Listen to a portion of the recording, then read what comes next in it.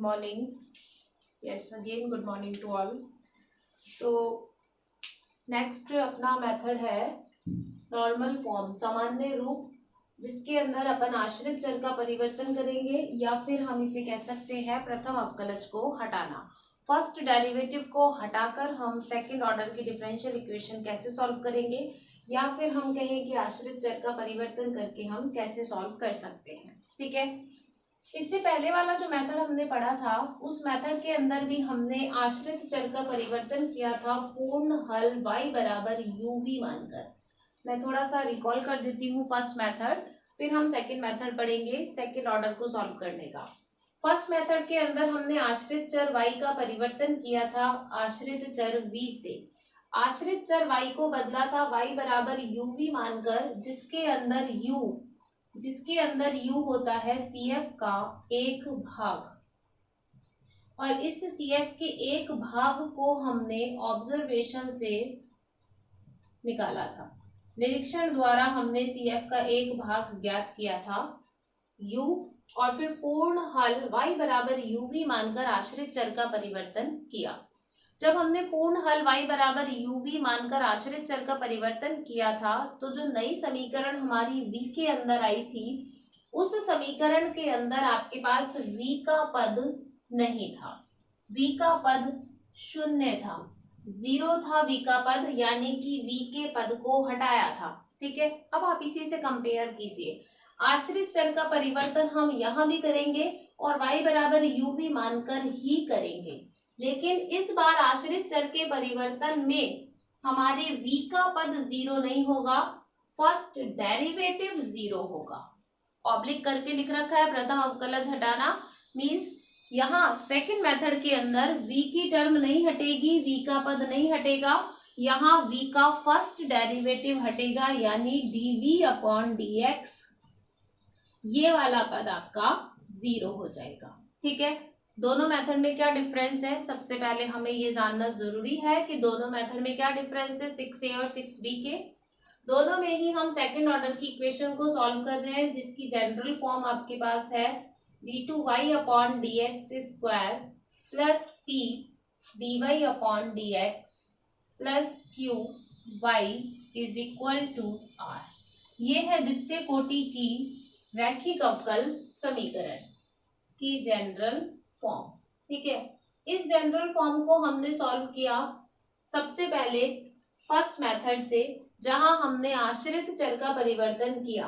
लेकिन आश्रित चर का जब हमने परिवर्तन किया तो परिवर्तन करने के बाद नए आश्रित चर में v का पद हट गया, नए आश्रित चर में v का पद हट गया और आपके पास सेकंड डेरिवेटिव और फर्स्ट डेरिवेटिव के पद रह गए। अब जब हम सेकंड मेथड पढ़ रहे हैं तो उसमें भी हम आश्रित चर का ही परिवर्तन करेंगे। इसमें आश्रित चर y है तो y का ही परिवर्तन करेंगे, uv मानकर ही करेंगे। लेकिन इस बार जब हम आश्रित चर का परिवर्तन करेंगे तो नए आश्रित चर में जो समीकरण आएगी उसमें v का पद नहीं हटेगा, जबकि क्या हटेगा, प्रथम अवकलज यानी फर्स्ट डेरिवेटिव हटेगा। ये तो इनका बेसिक डिफरेंस है। फर्स्ट मेथड में v का पद हटा था और सेकंड मेथड में dv अपॉन dx का पद हटेगा, यानी कि फर्स्ट डेरिवेटिव हटेगा। अब और क्या डिफरेंस है इस मेथड में उस मेथड से, वहां हमने जो पूर्ण हल माना y बराबर uv, उसके अंदर u निकाला था ऑब्जर्वेशन से, जबकि यहाँ हम u निकालेंगे फॉर्मूले से। यहाँ हम u का CF का एक भाग ज्ञात करने के लिए फॉर्मूला अप्लाई करेंगे, डायरेक्ट फॉर्मूले से u निकालेंगे और u की जगह u रखकर पूर्ण हल y बराबर uv मानकर जो इक्वेशन चेंज करेंगे वो भी डायरेक्ट करेंगे। ना तो हम y का फर्स्ट डेरिवेटिव ना y का सेकंड डेरिवेटिव निकालकर प्रतिस्थापित करेंगे, बल्कि हम डायरेक्ट ही मानेंगे कि अगर पूर्ण हल ये माना है तो समीकरण इस रूप में परिवर्तित होगी, और उस रूप में परिवर्तित होने के बाद हम आगे उसको सॉल्व करेंगे। ठीक है, तो अभी हम इसकी प्रोसेसिंग देखते हैं कि किस तरीके से हम सेकंड ऑर्डर की इस इक्वेशन को सॉल्व करेंगे। जनरल फॉर्म से सामान्य इसके रूप में हमारे पास जो इक्वेशन दे रखी है उससे। ठीक है, तो सबसे पहले तो देखिए ये समीकरण एक जो आपको दे रखी है यहाँ पी क्यू और आर तीनों ही किसके फलन है, केवल एक्स के फलन है। कोई ऑब्जर्वेशन नहीं करना आपको यहाँ पी और क्यू से, लेकिन फिर भी क्वेश्चन में से पी क्यू आर को सेपरेट करना है। पी क्यू आर को सेपरेट करने के बाद हम सबसे पहले निकालेंगे सी एफ का एक भाग। सी एफ का एक भाग जिसे हम u से रिप्लेस करते हैं उसकी वैल्यू आपके पास आती है फॉर्मूले से, और फॉर्मूला है e raise to the power -1/2 integration of P D X. E की पावर में हमें इंटीग्रेशन करना है, और e की पावर में इंटीग्रेशन क्या करना है, -1/2 integration of P D x. p यहाँ पर क्या है, p यहाँ पर है dy अपॉन dx का गुणांक। इस dy अपॉन dx के गुणांक को यहाँ रखकर इसका x के सापेक्ष समाकलन करेंगे, -1/2 से गुणा करेंगे, और ये सारी टर्म आपकी e की पावर में है। Exponent of -1/2 integration of P D X is equal to u। Complementary function का एक भाग जो हम ऑब्जर्वेशन से निकालते थे उसे अब हम फॉर्मूले से निकालेंगे। ठीक है, जब u हमारे पास आ गया तो हम मानेंगे, माना समीकरण एक का पूर्ण हल, कंप्लीट सॉल्यूशन जो हम मानते ही आए हैं y बराबर uv, और y बराबर uv इसका अगर पूर्ण हल है तो सीधी सी बात है कि इस हल को यहाँ रखेंगे तो समीकरण एक संतुष्ट होनी चाहिए।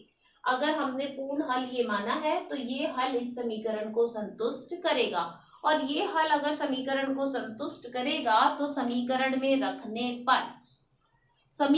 रखने पर क्या होगा, समीकरण में जैसे ही आप ये हल रखेंगे तो यहाँ से आपके पास फर्स्ट डेरिवेटिव का एलिमिनेशन हो जाएगा।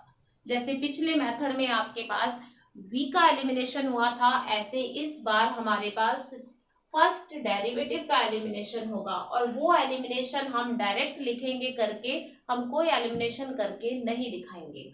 देखिए ये प्रोसेसिंग है और ये सब इसके डेरिवेशन से आई है। डेरिवेशन सिर्फ मैथमेटिकल है और मैं आपको इसलिए नहीं करा रही जिससे थोड़ा कॉम्प्लिकेट ना हो, चीजें इजी हो, कंफर्ट हो आपको समझने में, इसलिए हम डायरेक्ट प्रोसेसिंग देख रहे हैं।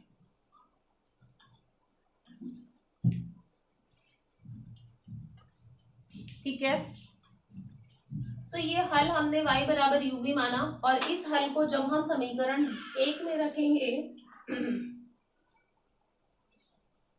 तब समीकरण एक निम्न रूप में परिवर्तित होगी। आपको डायरेक्ट वो रूप लिखना है, और वो रूप होगा आपका d2v upon dx square plus iv is equal to s। ये होगी हमारे पास परिवर्तित समीकरण। जैसे ही आश्रित चर का परिवर्तन करेंगे तो आश्रित चर के परिवर्तन से समीकरण एक नई समीकरण v की फॉर्म में रिड्यूस हो जाएगी इक्वेशन नंबर 3 में। समीकरण एक का परिवर्तन समीकरण 3 में हो जाएगा, और आश्रित चर आपका y की जगह v हो जाएगा। अब ये परिवर्तन हमने कैसे किया, ये परिवर्तन हमने, मैं आपको वर्बली बता देती हूँ, ये परिवर्तन हमने किया y की ये वैल्यू uv और u की ये वैल्यू यहाँ रखकर, और फिर y की वैल्यू uv को यहाँ रखकर इक्वेशन को सॉल्व किया डेरिवेशन से। इक्वेशन को सॉल्व करने के बाद छोटी फॉर्म में हमने उसे इस तरीके से रिड्यूस किया। v का गुणांक यहाँ i क्या है और राइट हैंड साइड s क्या है, ये दोनों आपको याद करने हैं। फॉर्मूले हैं, i की जगह i की वैल्यू निकाल के रखेंगे, s की जगह s की वैल्यू निकाल के रखेंगे, और ये दोनों फॉर्मूले क्या है, यहाँ i क्या है और s क्या है, ये अभी लिखेंगे। उससे पहले जब हमने इस इक्वेशन में y बराबर uv रखा और ये नई इक्वेशन आई, आपको डायरेक्ट ये ही लिखनी है, आपको प्रतिस्थापित कर कर नहीं बनानी है, सिर्फ ये मानना है और मानकर डायरेक्ट ये इक्वेशन लिखनी है। तो एक तो आश्रित चर y की जगह v हो गया और दूसरा इस इक्वेशन में फर्स्ट डेरिवेटिव का एलिमिनेशन हो गया। फर्स्ट डेरिवेटिव का एलिमिनेशन हो गया, dv अपॉन dx का कोई टर्म यहाँ पर नहीं है। यहाँ आपके पास v का पद है, पिछले मेथड में v का पद नहीं था, इस मेथड में dv अपॉन dx का पद नहीं होगा। अब ये जो इक्वेशन आपके पास आई है, इस इक्वेशन को सॉल्व करने के लिए आपको सबसे पहले i और s पता होना चाहिए। i और s यहाँ पर आएंगे,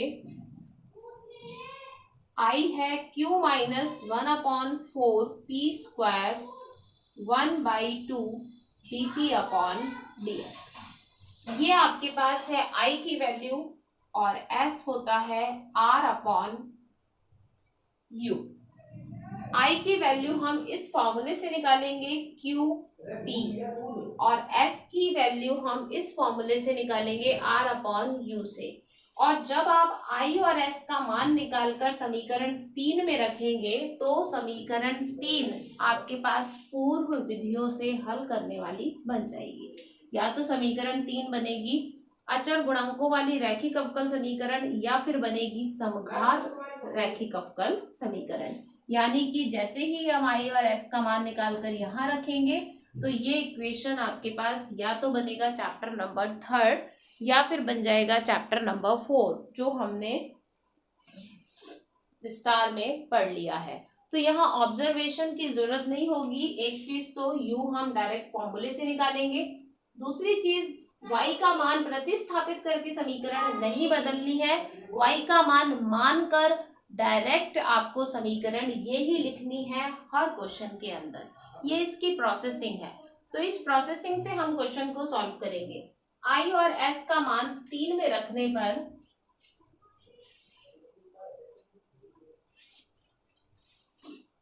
i व s का मान समीकरण 3 में रखकर समीकरण 3 को पूर्व विधियों द्वारा हल करेंगे। ठीक है, तो ये छोटी सी प्रोसेसिंग है सेकंड मेथड की। आपको सबसे पहले PQR छांटना है, उसके बाद आपको वहां से ऑब्जर्वेशन किए बिना फॉर्मूले से u निकालना है। u निकालने के बाद आपको डायरेक्ट पूर्ण हल y बराबर uv मानते हुए समीकरण 1 का परिवर्तन समीकरण 3 में करना है। और 3 में करने के बाद i और s की वैल्यू निकालनी है और i और s का मान निकालकर यहाँ रखकर फिर इक्वेशन को सॉल्व करना है। जब आप i और s की वैल्यू निकालकर इक्वेशन को सॉल्व करेंगे तो आपके पास वहां से आएगा v का मान, क्योंकि इस इक्वेशन में आश्रित चर v है और जब हम इस इक्वेशन को सॉल्व करेंगे तो ये इक्वेशन v के लिए सॉल्व होगी और v के लिए जब सॉल्व होगी तो उस v की वैल्यू को हम यहाँ रखेंगे। u का मान हम पहले ही निकाल चुके हैं और u और v दोनों के मान आ जाएंगे तो आ जाएगा हमारे पास दी गई समीकरण का व्यापक हल y। क्लियर है?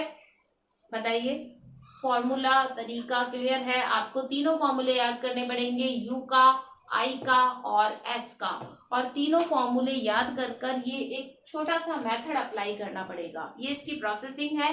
बीच के जो डेरिवेशन है वो आप इतने नेसेसरी नहीं थे, इसलिए मैंने आपको नहीं लिखवाए और वो आते भी नहीं है एग्जाम में। हमें सिर्फ तरीका आना चाहिए सॉल्व करने का और डिफरेंस पता होना चाहिए।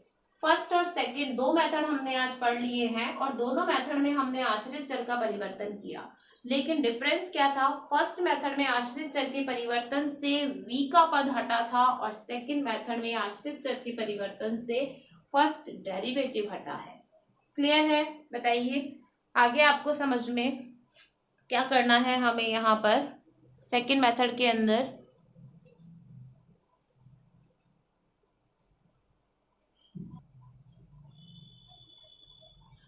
तो ये दे रखा है क्वेश्चन। अभी हमने जो मेथड पढ़ा उस पर बेस्ड हम ये क्वेश्चन कर रहे हैं और क्वेश्चन आपका गिवन है d2y upon dx square minus 4x dy upon dx plus 4x square minus 1y is equal to minus 3 e raise to the power minus e raise to the power x square sine 2x। सबसे पहले हमें यहाँ पर इसको general form में है या नहीं ये चेक करना है। जनरल फॉर्म से means d2y upon dx square का गुणांक इकाई होना चाहिए 1 होना चाहिए जो यहाँ है। तो अभी हम यहाँ से पी क्यू आर सेपरेट कर लेते हैं।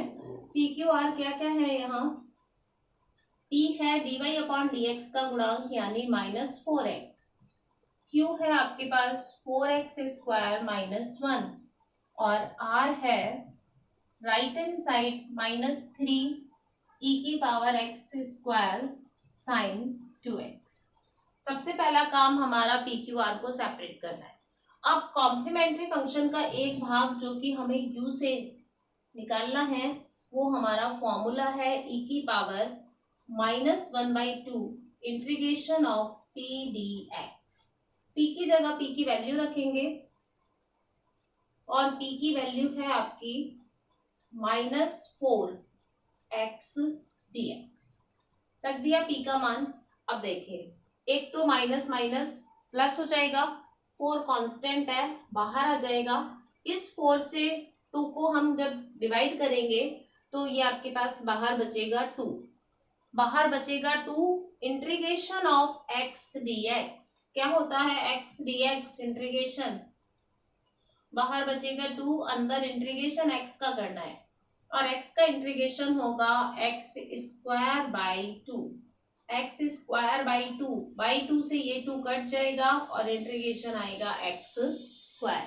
ये e raise to the power में है तो हम इसे e की पावर में ही लिख लेते हैं। तो u की वैल्यू आ गई e की पावर x स्क्वायर। ठीक है, ये आ गया हमारा कॉम्प्लीमेंट्री फंक्शन का एक भाग। अब देखिए क्या आप इसे ऑब्जर्वेशन से निकाल पाते, क्या आपने ऐसा कोई भी ऑब्जर्वेशन पढ़ा था जहां कॉम्प्लीमेंट्री फंक्शन e की पावर x स्क्वायर का था? नहीं। तो यहाँ हम ऑब्जर्वेशन से नहीं कर पाते, इसीलिए हमने फॉर्मूला अप्लाई किया।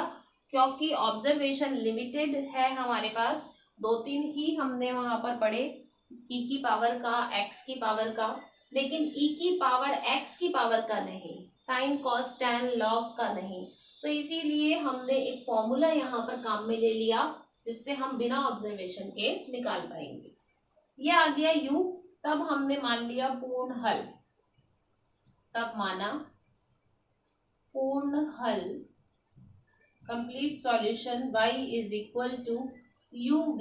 आप uv मानिए, ये u की जगह वैल्यू अभी रख दीजिए या बाद में रखिए, कोई फर्क नहीं पड़ेगा। तो पूर्ण हल हमने मान लिया e की power x square into v।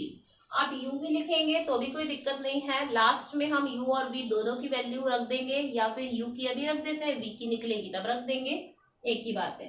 Question number 2। ठीक, ये हल अगर समीकरण 1 का है तो समीकरण 1 को संतुष्ट करना चाहिए। ये हमारी क्वेश्चन 1, इसे संतुष्ट करना चाहिए। तब समीकरण 1 हमारे पास किस फॉर्म में हो जाएगी, देखिए हम डायरेक्ट रिड्यूस कर रहे हैं, तब समीकरण 1 निम्न होगी। पूर्ण हल अगर ये माना है तो ये हल इसको संतुष्ट करेगा और हल संतुष्ट कराने के बाद हमारे पास इक्वेशन आएगी d2v upon dx square is equal plus iv is equal to s। ठीक है, डायरेक्ट आपको इसी फॉर्म को लिखना है विदाउट एनी डेरिवेशन। लिख दिया। अब इस इक्वेशन को सॉल्व करना हमारा काम है। इस इक्वेशन को सॉल्व करने के लिए सबसे पहले हमें वैल्यू निकालनी पड़ेगी i की और s की। तो i की वैल्यू निकालने के लिए i का मान फॉर्मूले से निकालेंगे और i का फॉर्मूला है q minus 1/4 p square minus 1/2 p का डिफरेंशिएशन x के रेस्पेक्ट में। तो अभी यहां से हम i की वैल्यू कैलकुलेट करते हैं। q की जगह q की वैल्यू रखी, q ये रहा 4x square minus 1 minus 1/4 P square, P की जगह पी की वैल्यू रखी और पी की वैल्यू आपके पास है -4x का होल स्क्वायर। ठीक है, पी की जगह पी की वैल्यू रख दी -4x। -1/2 first derivative of P, P का अवकलन करके रखेंगे और पी का अवकलन x के सापेक्ष करेंगे तो आएगा -4। ये रहा पी, इसका अवकलन करेंगे कितना आएगा, -4x का x के रेस्पेक्ट में डिफरेंशिएशन होगा -4। ठीक है, अब आप इसको कैलकुलेट करेंगे तो देखिए टर्म्स आपके पास कट जाएंगी, क्या क्या बचेगी, -1 माइनस का स्क्वायर प्लस 4 का 16 एक्स का एक्स स्क्वायर, 16 एक्स स्क्वायर में 4 का डिवाइड किया तो 4x square, minus minus plus 4/2 2, तो आई की वैल्यू आ गई आपके पास 1। ठीक है, 4x स्क्वायर से 4x स्क्वायर कैंसिल हो जाएगा, -1 + 2 = 1। आई की वैल्यू आपके पास आ गई 1 और s की वैल्यू क्या आएगी, s होता है r/u, तो r है आपके पास -3 sin 2x अपॉन u है e⁻x²। e⁻x² से e⁻x² कैंसिल और ये बचा आपके पास s और i दोनों की वैल्यू हम इक्वेशन नंबर 3 में रखेंगे, तब समीकरण 3 से आपके पास इक्वेशन आएगी d2v/dx² plus v = -3 sin 2x। अब देखिए कौन सी इक्वेशन बनी, ये जल्दी से बता दीजिए, कौन से चैप्टर पर पहुंच गए हम इस इक्वेशन के साथ, बताइए कौन सी इक्वेशन बनी है। अब तो आप यहाँ देख सकते हैं आराम से, v आश्रित चर है, x स्वतंत्र चर है और ये अचर गुणांकों वाली रैखिक अवकल समीकरण chapter number 3 D, yes 3 D का ये क्वेश्चन बन गया। 3 एक्सरसाइज में भी साइन वाला डी वाला पोर्शन है, तो हम जल्दी से इसका कॉम्प्लीमेंट्री फंक्शन और पर्टिकुलर इंटीग्रल निकाल लें। उससे पहले हम इसे ऑपरेटर की फॉर्म में चेंज करेंगे, तो ये हो जाएगा d² + 1v -3 sin 2x। और जब भी हम ऑपरेटर काम में लेते हैं तो हमें मेंशन करना जरूरी होता है वेयर d है differentiation with respect to x। Complementary function के लिए ऑक्सिलरी इक्वेशन निकालनी है और वो हो जाएगी आपकी m² + 1 = 0, d की जगह m रखने पर, और d की जगह m रखकर हमने जो ये समीकरण बनाई सहायक समीकरण, इससे m के मूल प्लस माइनस आयोटा, दो मान आ गए m के, दोनों मान यहाँ पर काल्पनिक आए हैं और काल्पनिक मान जब आपके पास आते हैं तो आपको काल्पनिक वाला केस यानी CF का केस नंबर 3 अप्लाई करना पड़ता है, जिसमें अल्फा 0 है और बीटा 1 है। वास्तविक भाग 0 है, काल्पनिक भाग 1 है, तो कॉम्प्लीमेंट्री फंक्शन हो गया e⁻0 यानी 1 c1 cos beta x plus c2 sin beta x और बीटा 1 है। ठीक है, ये CF हो गया। PI निकालेंगे तो हम डिनोमिनेटर में लेके जाते हैं इस फंक्शन को, इस फंक्शन को जब हम यहाँ लेके जाएंगे तो d² + 1 को ऑपरेट करेंगे -3 sin 2x पर। ठीक है, -3 तो कांस्टेंट है, बाहर आ जाएगा, और साइन पर ऑपरेट करने का तरीका हम पढ़ चुके हैं। किस तरीके से ऑपरेट करते हैं हम साइन पर, क्या तरीका पढ़ा था हमने, क्या रखेंगे d² की जगह, बताइए, d² की जगह क्या प्रतिस्थापित किया जाएगा,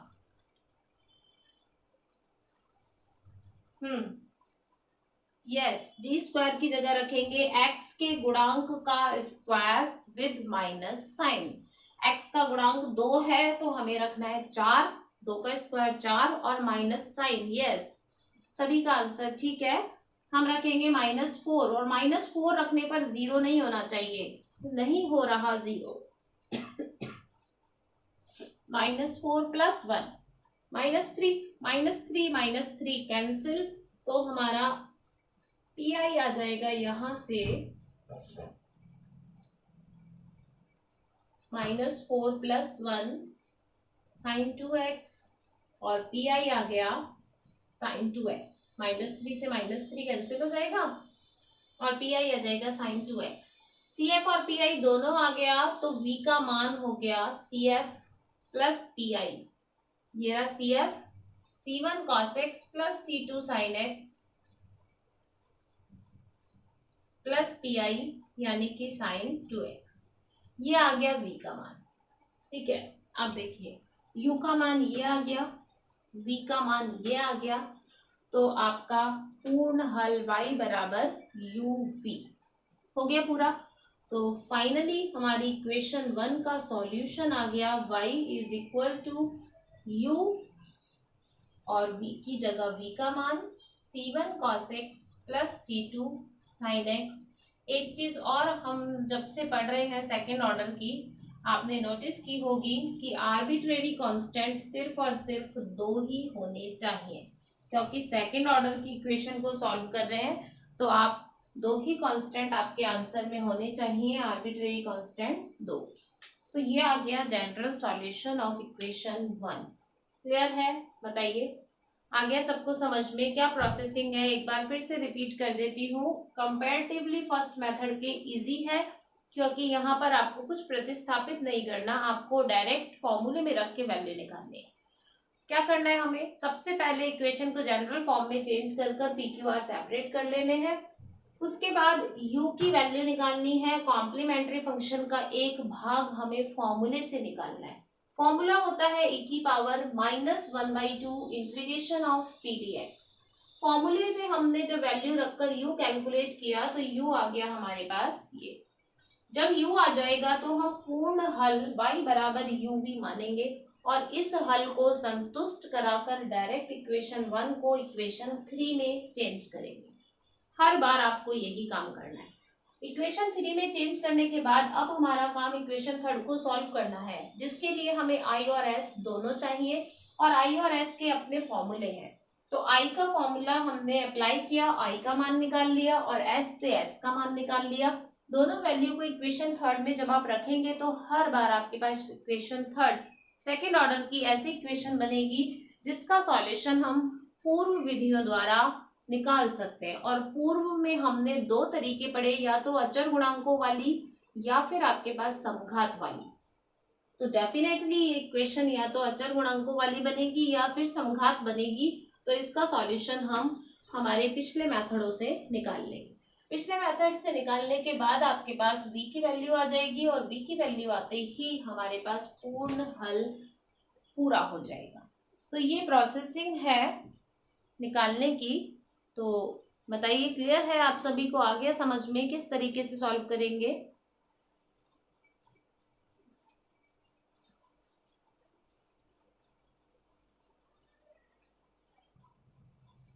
तो ये क्वेश्चन, नेक्स्ट क्वेश्चन हम देख रहे हैं इसी मेथड पर बेस्ड।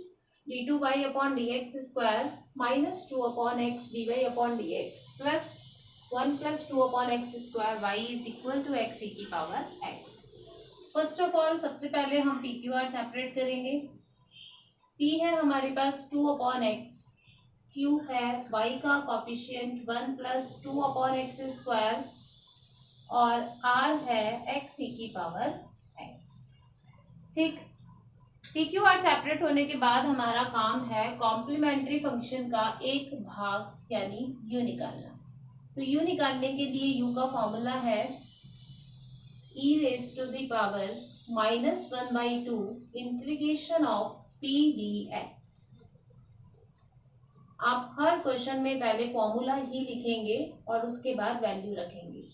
उससे क्या होगा कि फॉर्मूला अच्छे से याद हो जाएगा 4-5 बार लिखने के बाद। p की जगह p की वैल्यू रखी -2 अपॉन एक्स डी एक्स। ठीक, इंटीग्रेशन जब हम करेंगे तो कांस्टेंट को बाहर निकाल देंगे और कांस्टेंट है 2 विद माइनस साइन। माइनस बाहर निकाला, 2 बाहर निकाला, 1/2 से कैंसिल हो गया, माइनस से माइनस कैंसिल हो गया, तो इंटीग्रेशन होगा 1 अपॉन एक्स का। 1 अपॉन एक्स का इंटीग्रेशन होता है log ऑफ एक्स, और log x जब हम इंटीग्रेशन हमारे पास आ गया तो e और log कैंसिल हो जाएंगे, 1 हो जाएगा और आपके पास u की वैल्यू क्या आ जाएगी? x आ जाएगी। ई से लॉग कट जाएगा और यू की वैल्यू एक्स आ जाएगी। एक्स यू की वैल्यू आई, जिसे हम ऑब्जर्वेशन से भी निकाल सकते थे क्या?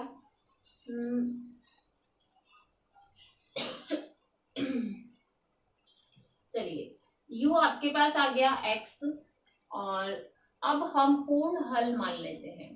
माना पूर्ण हल y बराबर एक्स वी, क्वेश्चन नंबर 2। तब समीकरण 1 किसमें चेंज होगी? तब समीकरण 1 निम्न होगी।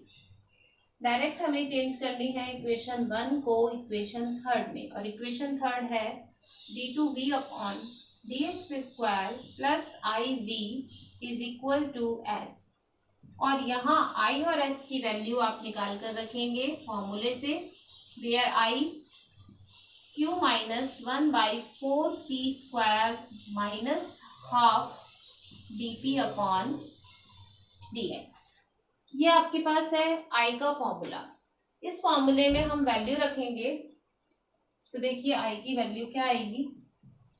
क्योंकि जगह रखा 1 plus 2 upon x square minus 1/4 p square, p की जगह रखा 2 अपॉन एक्स का whole square minus 1/2 dp upon dx।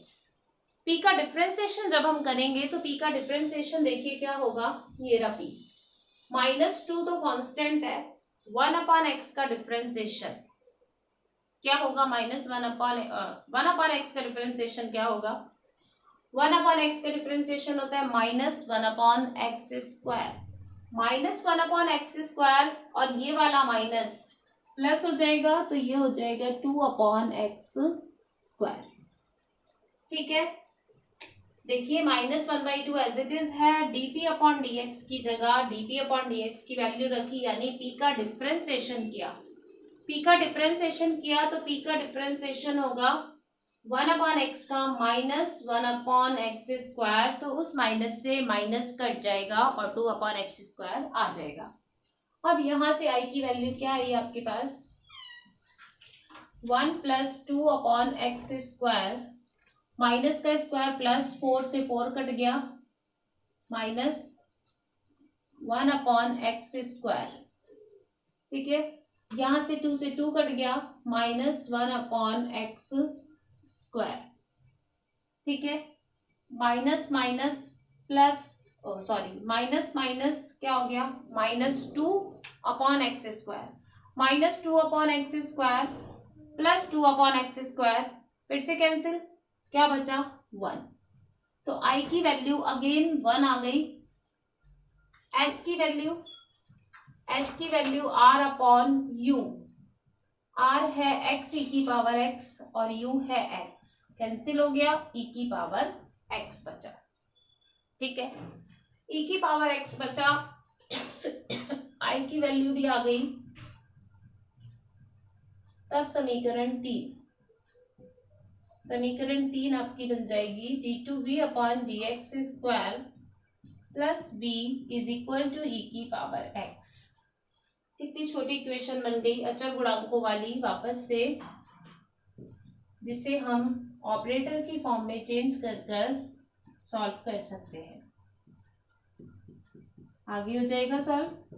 d का means differentiation with respect to x, auxiliary equation पिछली वाली ही है सेम, m के 2 मान plus minus iota, then complementary function c1 cos x plus c2 sin x। Particular integral बहुत easy है, e की पावर का है, और e की पावर का हमें करना बहुत अच्छे से आता है। डायरेक्ट हम d की जगह रखेंगे x का गुणांक। x का गुणांक 1 है, 1 रखने पर 0 नहीं हो रहा, 1 और 1 हो गए 2, e की पावर x।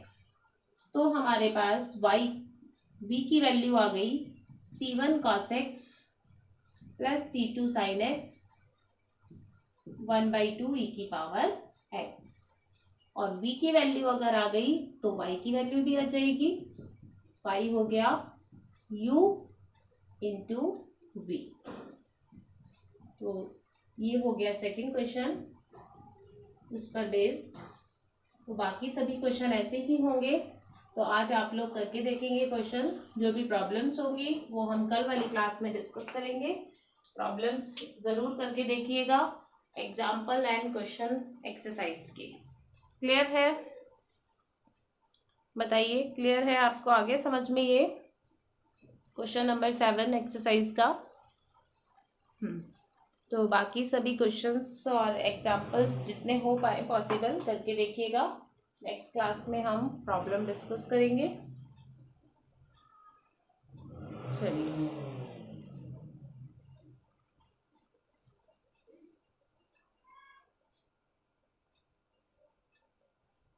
तो ये हमने आज सेकंड मेथड पढ़ा, जिसके अंदर हमने आश्रित चर का परिवर्तन किया और सेकंड ऑर्डर की डिफरेंशियल इक्वेशन को सॉल्व किया।